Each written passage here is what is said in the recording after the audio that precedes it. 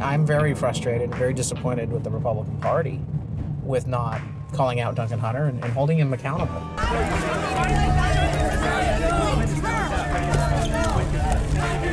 If you or I were to take the corporate credit card and embezzle $250,000 as Mr. Hunter is charged with, I doubt your company would allow you to keep your hands on that corporate credit card. Excuse us, smiling president. Excuse us. Excuse us.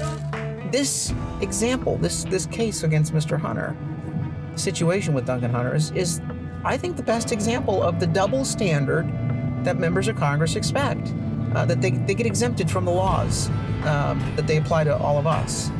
Because they're what? They're members of Congress? Did you know him before all this? I did, yeah. Were you guys buddies ever? No.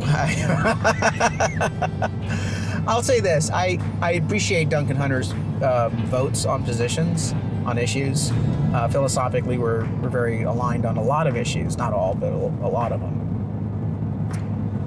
But I always viewed Duncan Hunter as a colossal disappointment. Excuse us. Can you respond to the president's tweet to address session? Excuse us. Excuse us. Be back. Back.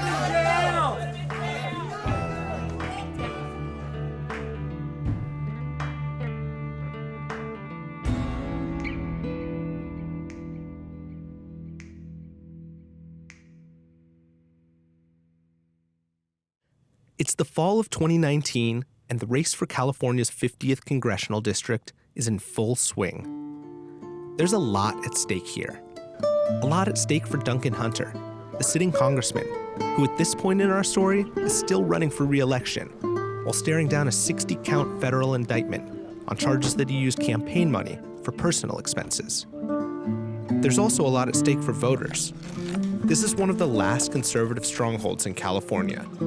And so a whole cast of Republicans are throwing their hats into the ring, claiming that Duncan's legal jeopardy could turn into electoral jeopardy, and the 50th could wind up in the hands of a Democrat. These conservative candidates are the first to admit that they'll mostly push the button the same way should they be elected to Congress. So I wanted to know, what made each of them unique? What made them stand out in the field? I made it my mission to find out. I'm going to start by introducing you to Carl DeMaio. Okay. I've covered Carl for more than a decade. When I was a Cub reporter, he was getting his political career moving as a San Diego City councilman. He's a conservative firebrand, the kind of polarizing public figure you either love or you love to hate.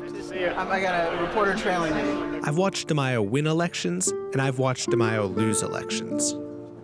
I feel very confident that in the end, we shall prevail. He's made a lot of friends and a lot of enemies along the way. In recent years, he's been hosting a successful talk radio show where he's positioned himself as antagonist-in-chief of labor unions and tapped into conservative anger about California's liberal politics. I wanted to see that feedback loop at work, so I rode shotgun with him out to a campaign event in Valley Center, California. Think back in your memory to when you used to travel around the country or around the world. 30 years ago. And someone would say, where are you from? I will tell you this right now, this is what you used to do. Someone would say, where are you from? 30 years ago. And you would say, California. Right? Come on, yes? And they would say, ooh. Yeah, it's actually not a figment of your imagination. You used to be proud, okay? Now when people say where you're from, you say, California. And then they start making fun of you. And so when the president talks about the forgotten American, I think the best definition is that we have a whole lot of forgotten Californians. What we have to do is remind our neighbors, our colleagues, our friends, our family, you used to be proud. We used to be such a wonderful state. And this is what they have done to us. And people say, well, Carl, you're running for U.S. Congress. That's a national position. But the theme of your campaign is don't flee, stand and fight. How is that going to happen as a member of Congress? And here's my simple answer. There is no one representing the voice of the opposition party in the state of California, and it's time we start leading the fight against socialism in our state. Plain and simple. All right, yeah. Why stop at Congress? President. Oh, hells no. We got one. Serious. We got it. This is a good position for me. And nail them out of office. Just like what I did with that state senator. Yes. I said, we're going to go after one of them. I don't care which one, but there's going to be one. There's going to be one of them. One of them's losing their job. If he runs, we'll be ready. Yeah. All right, guys, take care.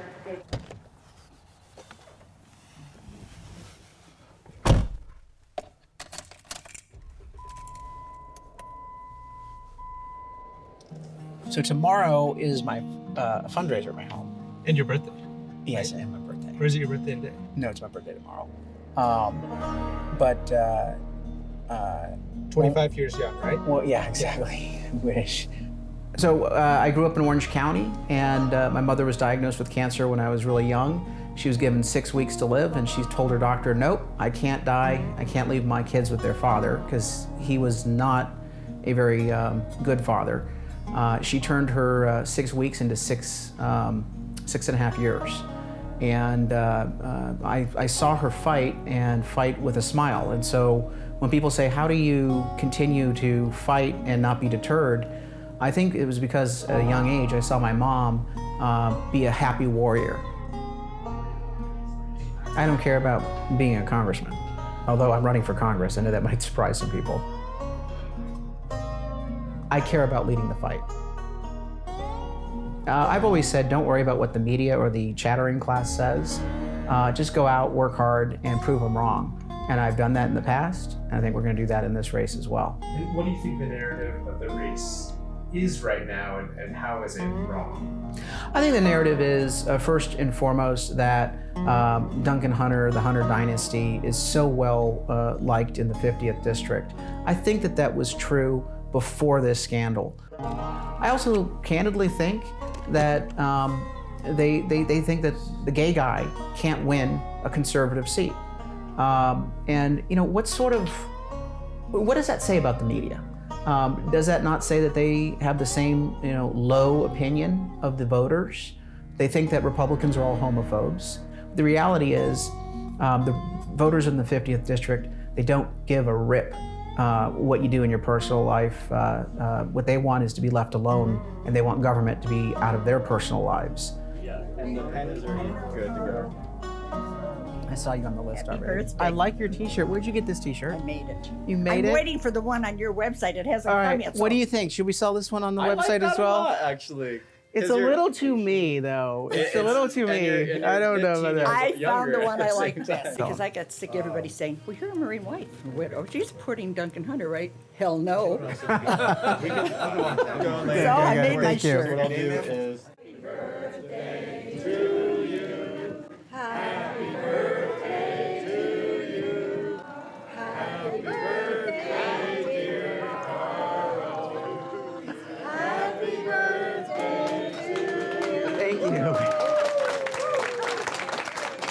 That song was sort of like the wave that kind of moved over this way. I will have some cake, though. Can you tell me why ISA is using this date, November 3rd, to somehow deal with the president? I don't know. I don't know what the date's about. He keeps pushing the date back. What was his reason? I'm gonna have some. I have no idea. It's white. I know. It's okay. It's not permitted, but it's my birthday, damn it. There's no calories on my birthday. You can't figure it out.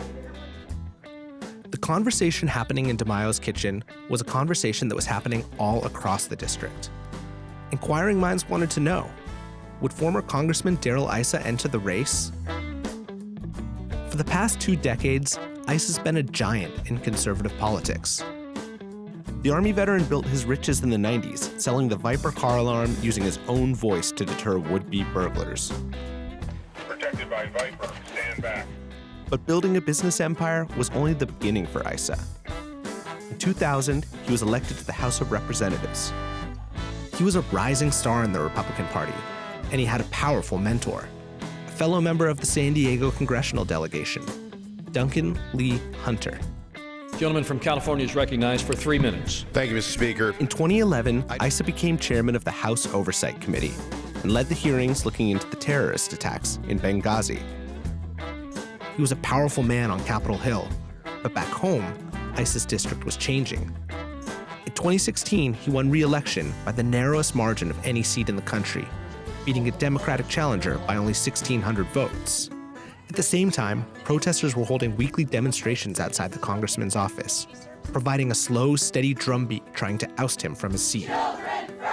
So when the 2018 midterms rolled around, he decided not to run. With Issa out of the race, the seat flipped blue, and Democrat Mike Levin assumed power in the 49th. Thank you, Dorothy. I'm so grateful for your vote.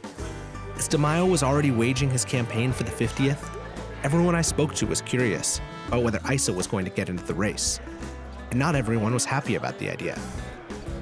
It came up while I was talking to El Cajon Mayor Bill Wells in a conversation we had in August about his candidacy for the 50th.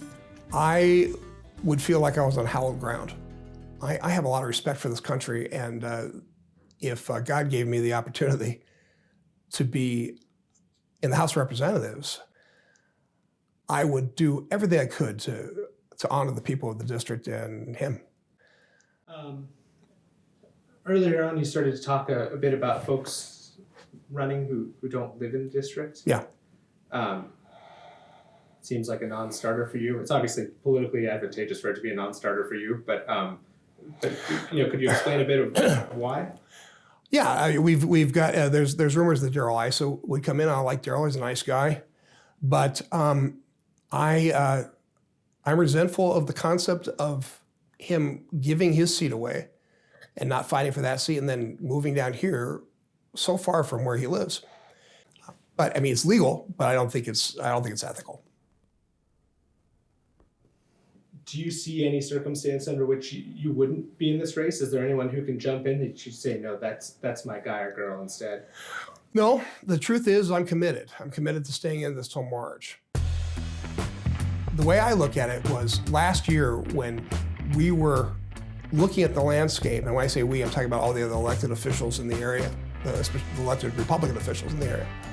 We actually all sat down together and talked about what we could lose if Duncan were to be indicted after the primary. And we decided that one of us needed to step up and run for that seat. At the time, nobody was willing to do it because they were afraid of their political careers. They were afraid that there would be a backlash. I've always believed that I will not make a decision based on fear. I've got a nice life, and if I have to make a decision that's going to cost me my time in office, if it's the right thing to do, I'm going to do it.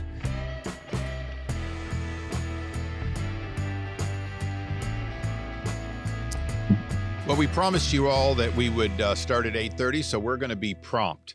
I'm Darrell Issa. Today, I'm announcing that I will be the next congressman from the 50th Congressional District. I'm dedicated to do that because I believe that I have the history, the skills, the seniority, and the capability to hit the ground running, not just for this district, but for California, to help Republicans compete in what has become a very treacherous and difficult Congress and to retake the majority. You know, Duncan Hunter Sr. was a mentor of mine and is a friend. And Duncan Hunter Jr., I hope I've been a mentor to him at times. He's been a friend and a colleague. His current situation is regrettable. And I know that we're here today because of questions about whether or not he could win this if he were the nominee. We're not here for anything different than that. And I have said for a long time, and I'll say it again here, he deserves his day in court. But the 50th Congressional District does deserve to have the ability to retain this as a conservative district and, quite frankly, to have a member who can show up and take all of his committee assignments. Yes, sir. So should he drop out, in your opinion? You know, I long ago figured out that hopefully I didn't tell anyone here to drop out. You know, telling people to drop out rather than letting them decide what's in the best interest of themselves and their families, I think is the right thing to do. We've all We've all benefited by Duncan Hunter Sr. and Duncan Hunter Jr. fighting hard for our men and women. ISA was all in. Welcome to the city of El Cajon. I'm really glad you're here today. And Mayor Wells was out. Darrell Issa is a man I respect. Darrell Issa is an iconic conservative. Darrell Issa believes in the things that I think most people in the 50th District believe in. With DeMaio, Issa, and Hunter in the race, the stage was set for a showdown of three heavyweight California Republicans. But there was also the wild card. The day before Issa announced his candidacy and cleared the field of Wells and a few other lesser-known conservatives, a state senator, Brian Jones, had entered the race. While I do love being a public servant, it is an honor to represent. DeMaio had positioned himself as the fighter who would take a stand against socialism in California. They get in a seat for 20 years and they acclimate to the culture. No. Issa had positioned himself as the adult in the room, the trusted leader who understood the inner workings of Capitol Hill. I've represented San Diego, Orange, and Riverside County and the state of California for 18 years. Hunter had positioned himself as the incumbent, who was the target of a partisan deep state. So I have partisan Democrat prosecutors coming after me, and that should worry everybody. Jones promised something different altogether. He made the case that DeMaio and Issa didn't even live in the district they were vying to represent, and he positioned himself as the hometown hero who could rescue the 50th from the brink of turning blue. Right after Issa and DeMaio entered the race, Jones sent out a tongue-in-cheek open letter. It read, Carl and Darrell, since both of you have officially entered the race for Congress, I wanted to offer to show you around a little bit. How about a tour? The communities of the 50th Congressional District represent much more than just an opportunity to run for Congress. Ours are hard-working, God-fearing families who love the outdoors and don't mind getting some mud on our shoes. He promised to show the other candidates a shooting range and to take them off-roading.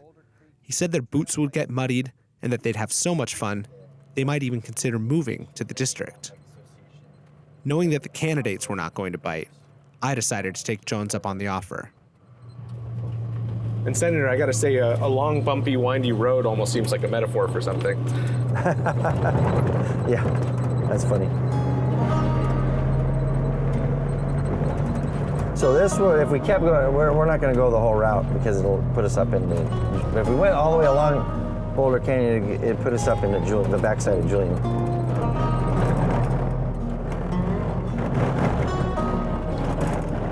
So if Carl or Darrell actually said, "Hey, I want the tour," does the offer stand? I mean, would you? Sure, would you, why not? Would you let him jump in the? I'd take him. I'd probably have him follow me.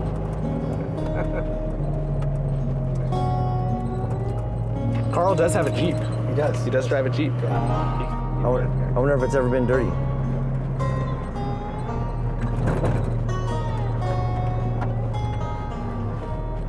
And I think Issa's got a, look at this guy.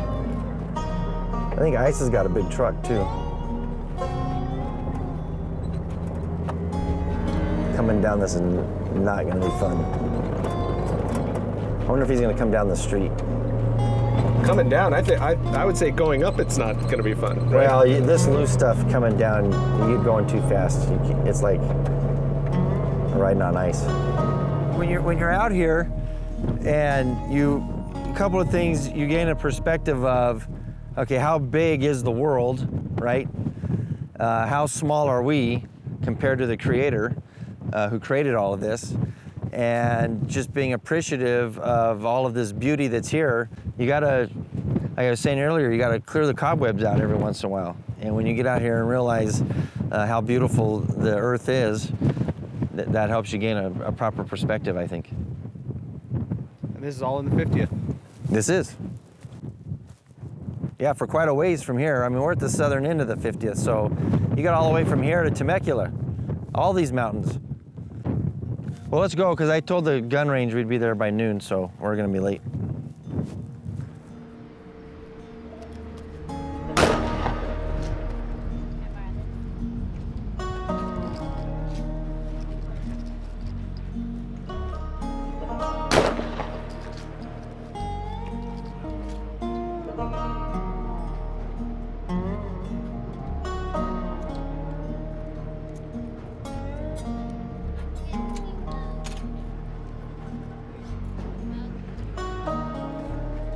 Good shooting. Pull. One of the nice things about being on a gun range like this is kind of barriers are broken down. I mean, you notice there's women out here. It's, you know, a diverse collection of people. Pull. You're united around a sport, and you know, people really feel comfortable. People really appreciate their elected official coming out to places like this and seeing what's going on, because I think generally have a perception that politicians don't care. They don't participate in this kind of activity, and when we do, I really have good, genuine conversations with people, and they're emboldened. They feel comfortable to tell me really what's going on, and I feel comfortable telling them what's really going on. So we have that dialogue and that relationship. It's important as a representative to be able to do the job that you're hired to do. So these are my employers. I work for them.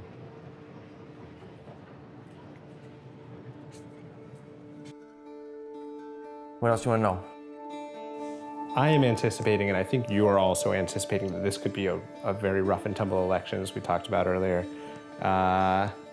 You know, you got a family, you got a nice life. Are you ready for that? Are you?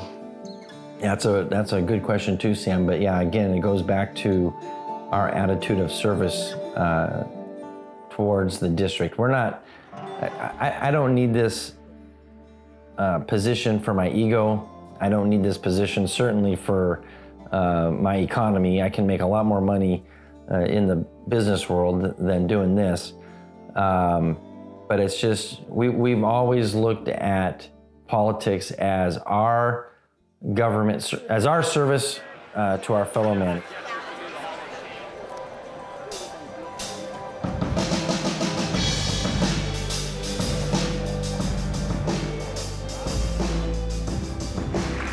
And if you'll join me up here, I've got a special recognition from the state of California, believe it or not, that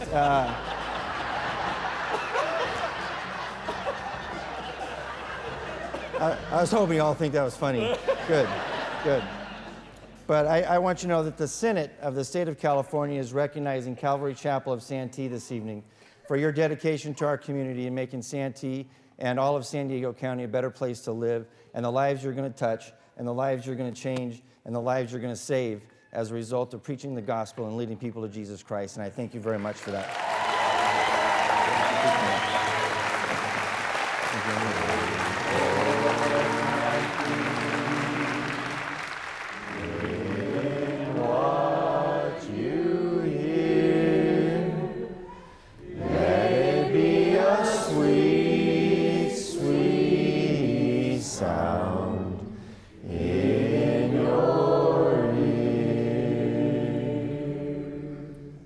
Amen.